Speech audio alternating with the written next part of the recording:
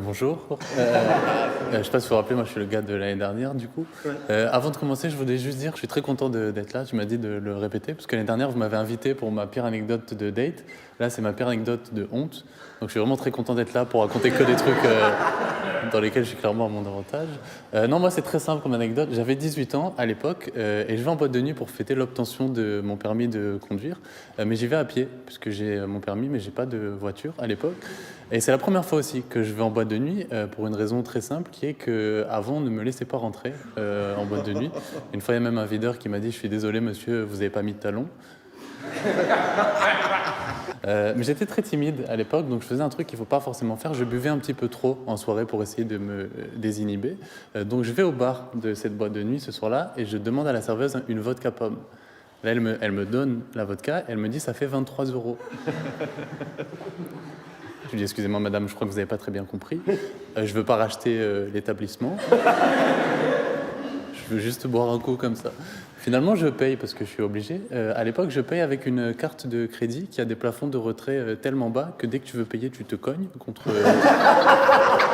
le plafond.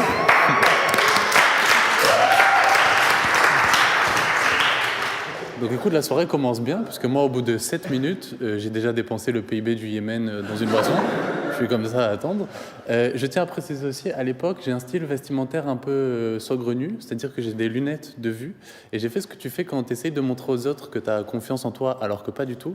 J'ai dégrafé un petit peu trop de boutons de ma chemise ce soir-là, ce qui fait que j'ai vraiment un look mi-Squeezie, mi-Enrico Macias. C'est vraiment... Enrico Squeezie, quoi. C'est un mix entre les deux. Et à ce moment-là, donc je suis toujours avec mon verre au bar de la boîte, je croise le regard d'une très jolie fille avec qui ça match. Ça match de mon côté. Elle se dit pourquoi il me fixe Enrico Macias. Sauf que je suis timide à l'époque, donc je ne sais pas comment aller l'aborder. Donc dans un premier temps, je me dis, je vais faire comme tu fais sur Instagram, je vais aller lui taper 2 fois dessus, comme ça. Je vais la liker, mais en vrai.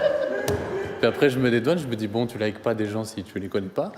Mais j'arrive quand même à entamer un début de conversation avec elle, sauf que plus la discussion avance, plus moi je suis stressé, donc plus je bois.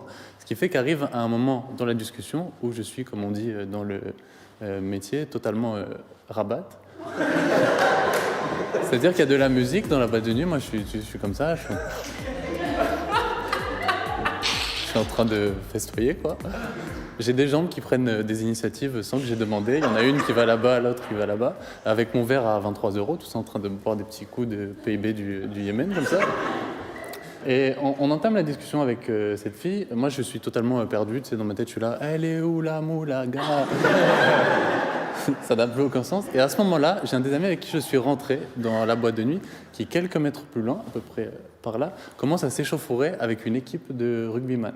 Donc je sens qu'il y a la tension qui monte un petit peu. C'est un ami un peu bagarreur en plus. Moi, comme vous le savez, pas du tout. Jusqu'à présent, la meilleure arme de défense que j'ai développée à cet âge-là, c'est la fuite, vraiment. Donc je me dis à ce moment-là, moi je suis en train de parler avec la femme de ma vie, parce que ça fait plus de 7 minutes qu'on discute. Je commence déjà à réfléchir au prénom de nos enfants et à la taille de l'appartement qu'on va prendre. Je me dis, il y a 2 options qui se présentent à moi pour avoir l'air un peu cool. La première, c'est que je vais intervenir dans la bagarre, mais c'est peut-être mon dernier jour de vie sur Terre. D'autant plus que c'est très dur de te marier une fois que tu es décédé, suite à cette bagarre. La deuxième option étant, les issues de secours sont situées au centre, à l'avant et à l'arrière de la boîte de nuit et de fuir. Donc heureusement, je prends finalement la première option, je décide d'aller aider mon ami, ce qui est normal. Sauf qu'à l'époque, j'ai pas du tout confiance en mes capacités physiques, maintenant non plus. Mais je suis encore plus mince que maintenant. Là, vous me voyez à 25 ans, je vous laisse imaginer à 18. Voilà, on dirait que je reviens de Koh-Lanta. Donc je vais dans la bagarre, mais j'y vais pas du tout avec la volonté de me battre, parce que c'est pas ce qu'il faut faire. J'y vais avec la volonté de raisonner et d'apaiser un petit peu. Sauf que je me rends bien sûr évidemment compte qu'il est très dur d'apaiser un rugbyman de 120 kilos. Vraiment très costaud. Vraiment le groupe de rugbyman, pour que vous conscientisez, je pense que le plus maigre fait le poids d'une Fiat 500. Voilà. Pour vous donner un ordre d'idée. Donc évidemment, je ne décide pas de me battre, je décide juste de prendre mon ami et de le tirer par le bras pour qu'on aille festoyer ensemble. Et à ce moment-là, il y a quelqu'un que je ne connais ni d'Adam ni d'Ève qui décide de m'envoyer de toutes ses forces un coup de poing dans l'arcade sourcilière. Oh la vache. Il m'a liké, mais un peu plus fort que... Donc là, c'est la partie de l'histoire où ça commence à être un petit peu flou, si je peux me permettre. Donc moi, je tombe évidemment de toutes mes forces par terre, sous la violence du coup. C'était le combat le plus court de l'histoire du combat. Okay.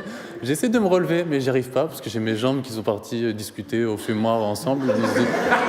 Elles m'ont dit, vas-y, on te laisse te débrouiller. Tout ça, bien évidemment, devant les yeux de la fille, persuadée que je suis censé être 50 Cent dans ce moment-là. Donc là, je suis par terre en train de mourir. C'est d'autant plus humiliant qu'à ce moment-là, je me fais sortir par un des videurs de la boîte de nuit qui est persuadé que c'est moi qui viens de déclencher une bagarre. Donc quelqu'un qui n'a pas du tout le sens de l'observation. Mais qui porte très bien sa fonction de videur parce qu'il a eu du mal à me laisser rentrer, mais beaucoup moins à me faire sortir. Ça a été très rapide, il m'a pris comme un sac poubelle, c'est comme ça, et il m'a jeté dehors sur le trottoir, il s'est dit poubelle jaune, lui c'est bon. Donc arrive un moment où moi je me retrouve sur le trottoir d'une boîte de nuit, l'arcade en sang, la chemise ouverte en Enrico Macias Moulaga. Donc autant te dire que je suis un petit peu énervé, mais énervé à mon niveau. C'est-à-dire que je me dis, oula...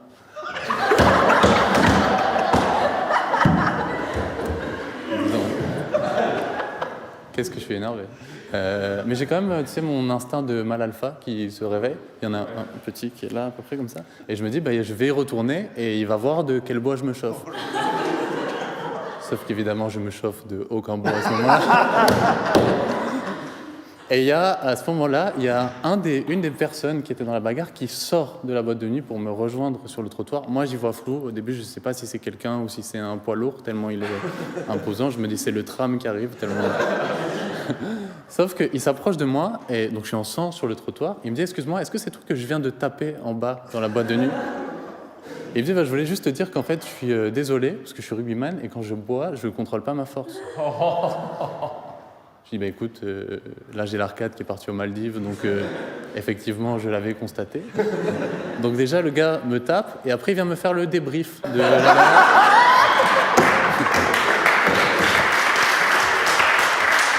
Il m'a fait le Canal Football Club de la bagarre, avec la possession, le nombre d'occasions de chaque côté, etc.